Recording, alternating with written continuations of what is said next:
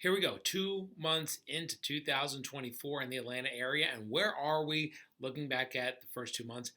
More importantly, where are we looking for the next 10 months? Because I'm telling you, things are changing a lot. March is going to be a big transition month when it comes to the real estate market here in North Georgia. Going to set us up for a crazy end of the year. Talk about my prediction, what's going to happen, and we'll talk about what has happened, and talk about, more importantly, if you're looking to do something this year, when would the best time for you to do that? Let's talk about it. How are you doing? This is Steve, real estate agent, Malone Home Team, EXP in the North Georgia area. Hope you're doing good. So, first of all, I want to ask if you wouldn't mind liking and subscribing to the page below. That helps us just get our information out to more people. More people see it. We'll get, let people, more people know about what's going on in the market right now, because the market is definitely changing a lot. So, we're doing this beginning part of March. We've got the data for the first 2 months of March for Atlanta. Okay, it looks surprisingly similar to what it looked like first 2 months in January. Okay, but more importantly is the why, because I thought we'd be a little bit stronger, and we weren't. We were about as flat. We're gonna look at the numbers here in just a minute. But if we look forward, there's a reason that happened, and that reason is getting ready to undo itself. And I'm telling you right now, I think things are going to change a lot this month. March is the transition month for this year. Okay, that's when the market is going to shift. Okay, even though it's an election year, I think in previous election years, what we typically see,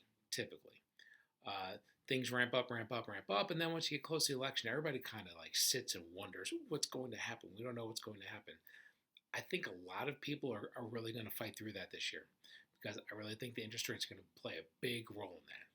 What are we talking about? So let's deep dive into the numbers. Okay, now, the warning I gave at the beginning of all these videos, if you're not a nerd, you may not enjoy this as much as I do. See, I love the numbers because the truth is always in the numbers. Okay, we can window dress anything, but the truth in the numbers, that's what we're going to talk about. Okay, I'll try and keep it fast paced, try and keep it going, try and tell a joke here or there to keep you engaged. Okay, I can't promise it'll be funny, but I'm going to try to tell a joke anyway.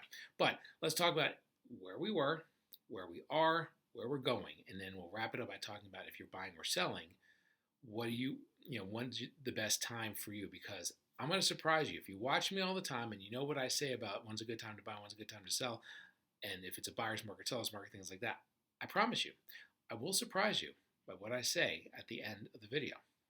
How's that for a tease? I'm an ex-news guy. I do teases like crazy. All right, stay tuned. First of all, let's break it down. Look at the numbers, where we were, where we are, where we're going. Here we go. All right, so as promised, let's talk about what happened over the last 12 months and over the last 2 months as we started the year, because we got to look at like the year over year, and we got to look at the first 2 months of the year. Okay, so this is the information from the FMLS. Okay, basically we're looking at the greater Atlanta area. Start out by looking at, let's start with sales price. Okay, median sales price. This is month to month. This is over the last couple of years. Month to month, the median sales price came up to 415, on par with kind of where we were just a couple months ago. We have a seasonal dip, and then it comes back up. Probably going to end up somewhere a little bit higher than that, probably a little bit higher than where we were back in 2022 once we get into the heat of spring. Okay, so nothing exciting in there. It just shows you that we're not cratering in year-over-year numbers. The important thing to notice, though, year-over-year numbers, February 2024, median price 415. Go back forward, February 2023, median price 385. February 2022, median price 380.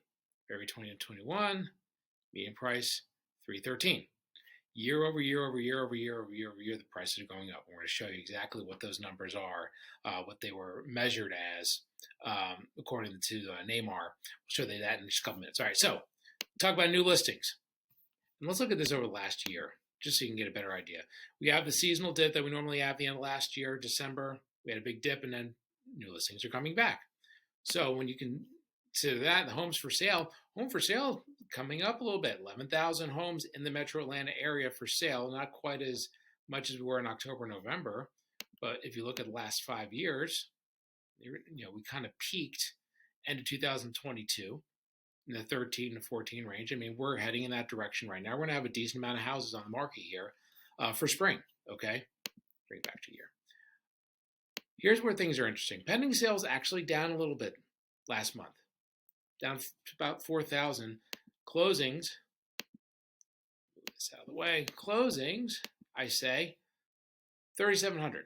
Okay, so 3,700. It's up from January, which was 3,003. Okay, so the total of January 2024 closings and February closings, 3,700, 3,003.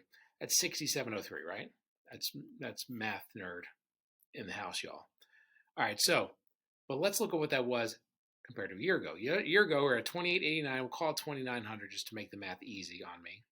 And then you had a 4,000 in February. So 4,000 and 2,900, that's 6,900 closes to start last year in the first 2 months. So 6,900 homes, 6,800, 6,900, something there. This year we were what? 6,700. A little bit slower this year. Kind of surprised. I thought February would be a little bit better than that.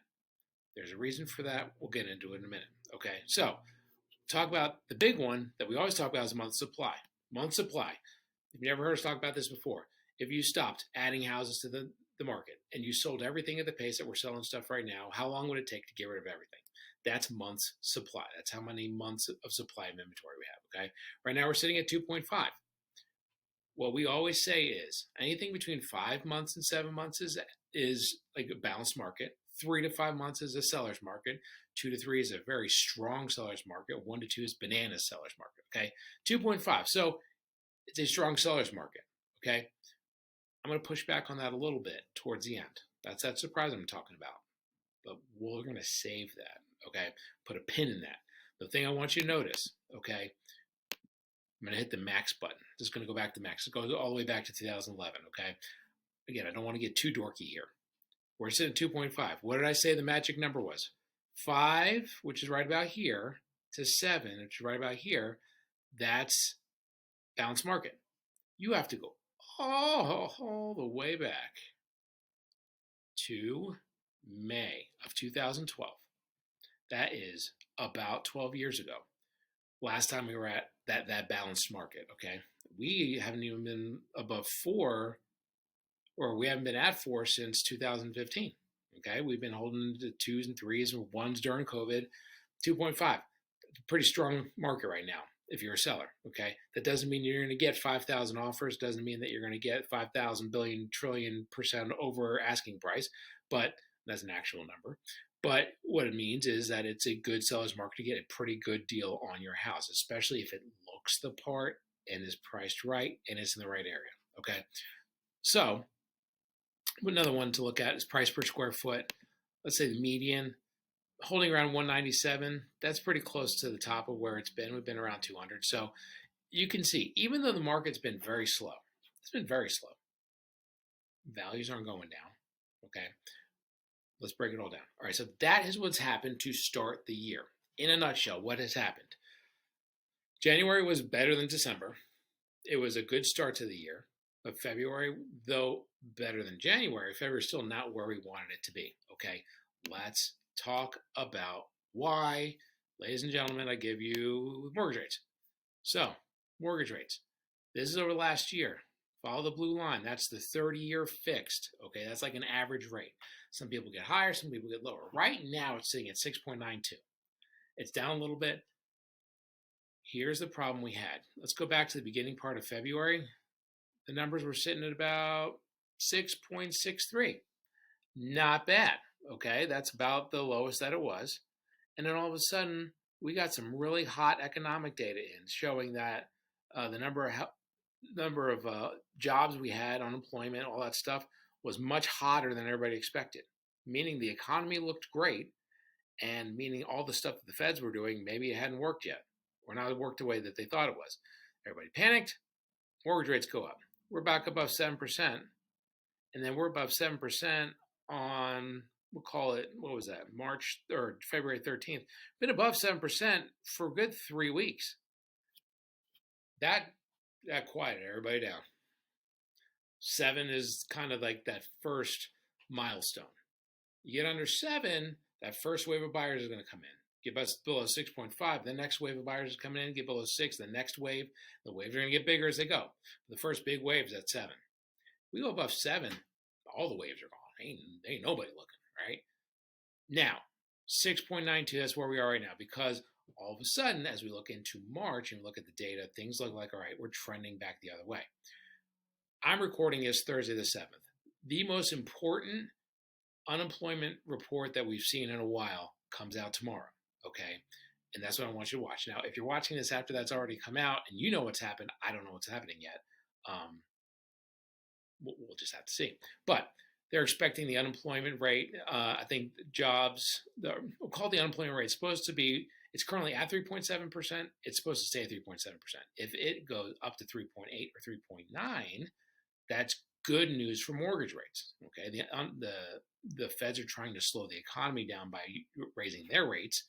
It's happened, and they're hoping that it continues to happen because they're trying to bring the economy in check. So that's what we're watching tomorrow, the unemployment report. If it's a hotter unemployment report than they expected, everybody's going to toot the horn that they're wonderful. And also what's going to happen is you're going to see the markets kind of react by mortgage rates going up. Okay, just trust me, that's how it happens. So that's what we're doing. So 6.92. So what is going to happen? This is a tool that we use. There's a guy I follow on YouTube. His name's Dan Frio with the rate update. If you're a nerd at this stuff like me and you want more information about it, and you want to keep up with this daily, Dan Frio, Frio, the rate update on YouTube. He does something every day. It's fantastic. It's a must watch for me because I follow it. Okay, so here's what we're looking at. This is the Fed. When the Feds meet and they say we're going to raise the rates or drop rates or whatever, okay, their next meeting is March 20th. Okay, that's not for another couple weeks. At that meeting, there is a 95% chance right now. Currently, we're at the 525 to 550 range. 95% chance they're going to stay 525 to 550. 5% chance they drop the rate. I'm pretty willing to bet the mortgage and maybe a little bit extra on the fact that they're not doing anything to the rates this month. They're going to keep them right where they are. We can also look at what they're expecting to do over the next couple of months. We were hopeful at the end of 23, beginning of 24, that maybe May they would start dropping the rates. I don't think that's going to happen now.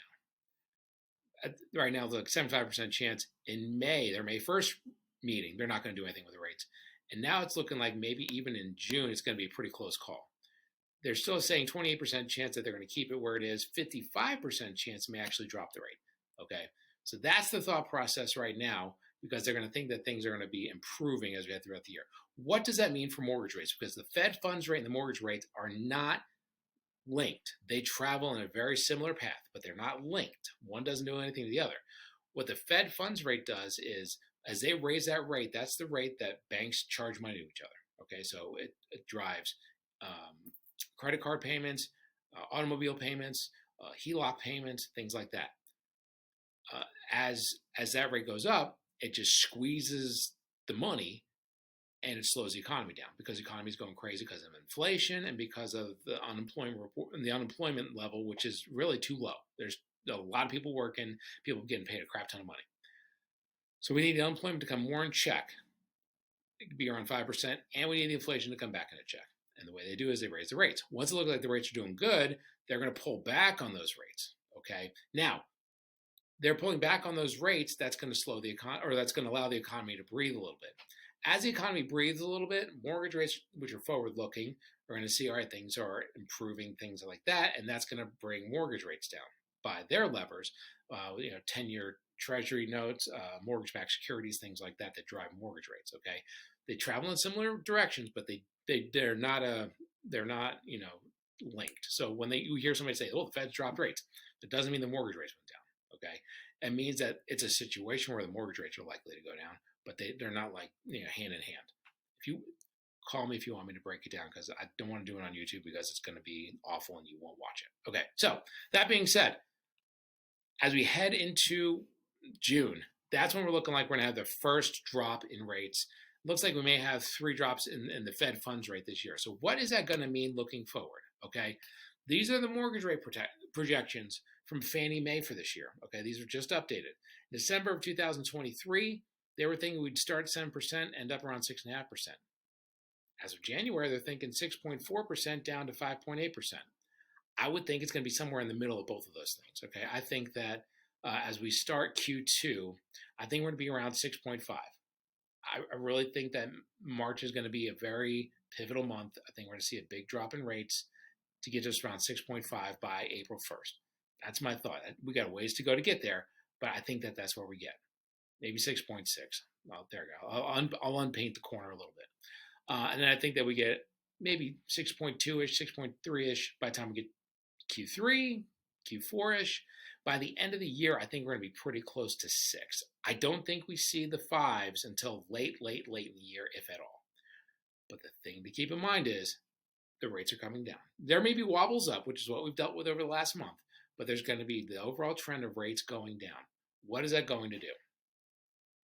What it's going to do is going to mean that more people are going to be buying houses. Okay, let's keep going. Let's keep going, and then I'll tell you what that means as we go forward. Let's keep looking at stats. So this one is for prices are going to drop guy.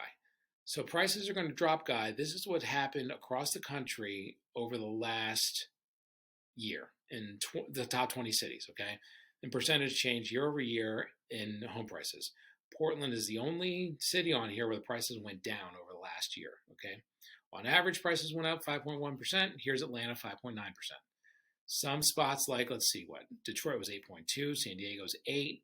San Diego was 8, but they had a big drop the year before coming out of COVID, so they've been very up and down. Okay, so there's some spots that are very up and down. Atlanta's pretty steady, 6%-ish in the last year.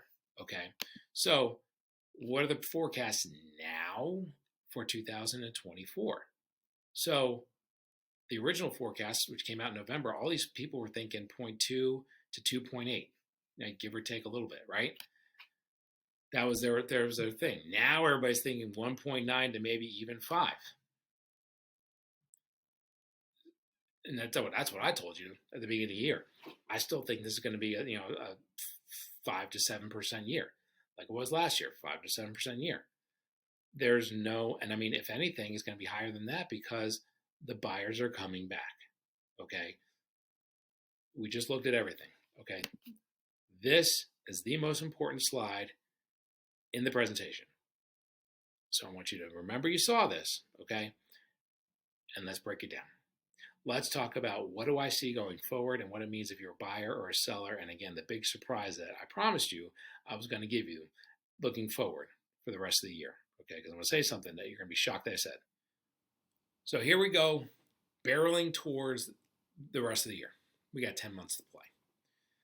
Here's my thought process.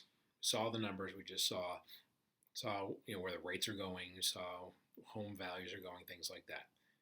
As the rates go down, each level they go down, more and more buyers come in. So as the rates go down, the number of buyers is going to go up, okay?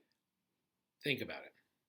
Supply and demand, okay? It's not the sexiest thing to talk about on YouTube, supply and demand. We talked about that back in 10th, 11th grade.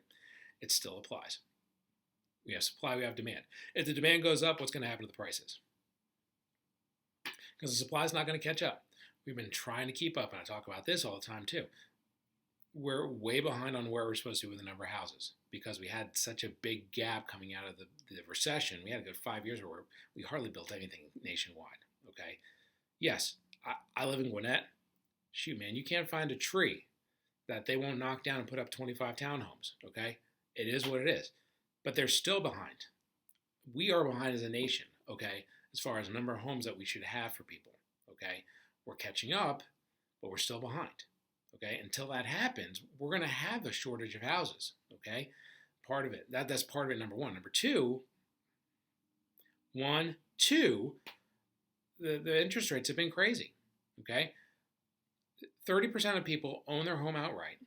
And of the people who have mortgages, 80% of those people have a mortgage of 5% or lower. Okay, and rates right now are like near 7%. Nobody's selling because I'm sitting at 3 right now. I'm like locked in at 3, and my mortgage payment would like double, if not triple, if I sold and moved somewhere right now, even with all the equity that I have, because of the rates. Okay, and I understand real estate, and I love it. I think it's a smart move. I'm not doing it. There's nobody moving right now, okay? So that's the problem that we have. We have very low supply, and the demand's only going to go up throughout the year. So here's the shocker, okay? Buyers, what do I always say? You should buy the three best months to buy a house. Okay, if you don't have to sell, if you're just hanging out, chilling out, looking for a great deal. Okay, I don't know if there's a great deal to be had, but if you're looking for the best deal possible, you're gonna buy in July, August, December. Okay, July and August because everybody's back to school, everybody's getting back into the swing of things. That's it. July and August. Okay, people are buyers are going back to another thing. All the other buyers, you'll have a bunch of sellers who have to sell their house or want to sell their house or engaged in selling their house, and you're not gonna have a lot of competition. Same thing with December. Everybody's we got Christmas, we got end of the year stuff, we got all kinds of stuff. A lot of buyers are distracted with other stuff.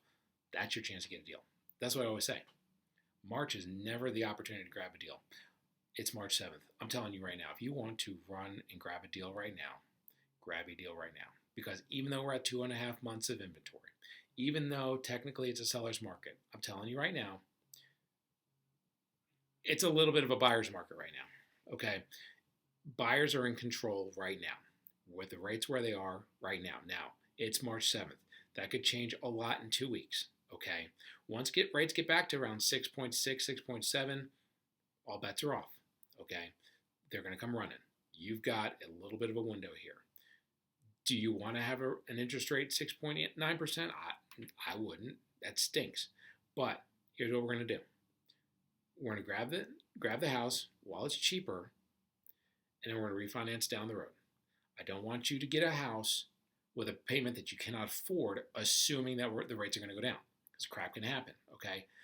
But I want you to push it. If you can afford, let's say $3,000 a month, get some of those $3,000 a month. And in a year, you're going to refi and potentially have a much lower payment. You put all that money then towards the payment. You'll pay everything off faster, whatever. All right, you'll have options in a year. But if you wait a year to buy, you're going to have a whole lot more competition, and the home prices are going to be going up. We just showed you that. They're going to go up 5 or 6%. So that $400,000 house, it's going to go up $20,000 or $25,000 at least in the next year. And then with all the people coming back with the lower rates, it's going to push the final product up to $435,000, $440,000, let's say, because you got to beat everybody in the offer. So then all of a sudden that monthly payment you're going to have then is going to look somewhat similar to what you're going to pay right now. Okay? Do the math, do the Excel spreadsheet, figure out what makes the most sense. But what makes the most sense to me, and again, I don't have your checkbook, so I don't write the checks. Okay? This is your decision. You ask me what makes the most sense is now, get the house, get a payment that you can afford, but home price is only going to go up, and refi when the rates go down. Okay? But don't overdo it in case the rates don't go down. And only if you're ready to make the move. If you're ready to make the move, but you're waiting for the right time, holy cow, you've got 2 weeks. Let's go. Otherwise, wait for July or August. But I'm telling you right now, you get to July and August, and all of a sudden the interest rates are going down into the low sixes because all of a sudden we're getting close to a presidential election, and all of a sudden everybody wants to look nice going into a presidential election. All of a sudden the interest rates are looking really nice. I don't think July and August are going to be as quiet as they've been the last couple years. And they were pretty rock and roll real estate, relatively, as we head towards the end of the year. So you may get a better deal in the next 2 weeks than you would in July or August of this year. That's a possibility, okay? Me looking forward. This little blip heading back up with the rates getting back up into the sevens the last couple of weeks has provided a lot of, I've gotten a couple people under contract who, and they hated it. They got locked in before the rates went up. All the buyers left. They got a great deal. They're still locked in at the lower rate, and we're closing with them, okay? So that's a possibility. Sellers, I mean, it's always a great time to sell. You're always going to get a great deal. When do you want to sell that you maximize the amount of money and this and that, whatever? Home prices are always going to go up, okay? You sell when it makes sense for you to sell. I do know that as we go through time, as the buyers come back, more sellers are going to come back and whatever, you're probably going to, I don't know when we're going to have a position where you have a better competition layout than we have right now. But at the same time, get the house ready, get it staged, get it priced right, you're going to get it sold. Okay? So I think for the next 2 weeks, advantage buyers. I think for the next 2 weeks, if you're selling, maybe we wait. Let's wait until April. then we jump in. That's my thought process. If I'm you, if I'm you and you're going to say, Steve, we're ready to sell our house right now, I'll take your listing. But I will tell you, if all you're doing is selling to pocket the money and do something else down the road, maybe rent this and that, blah, blah, blah, if this is just a financial move right now, maybe we wait.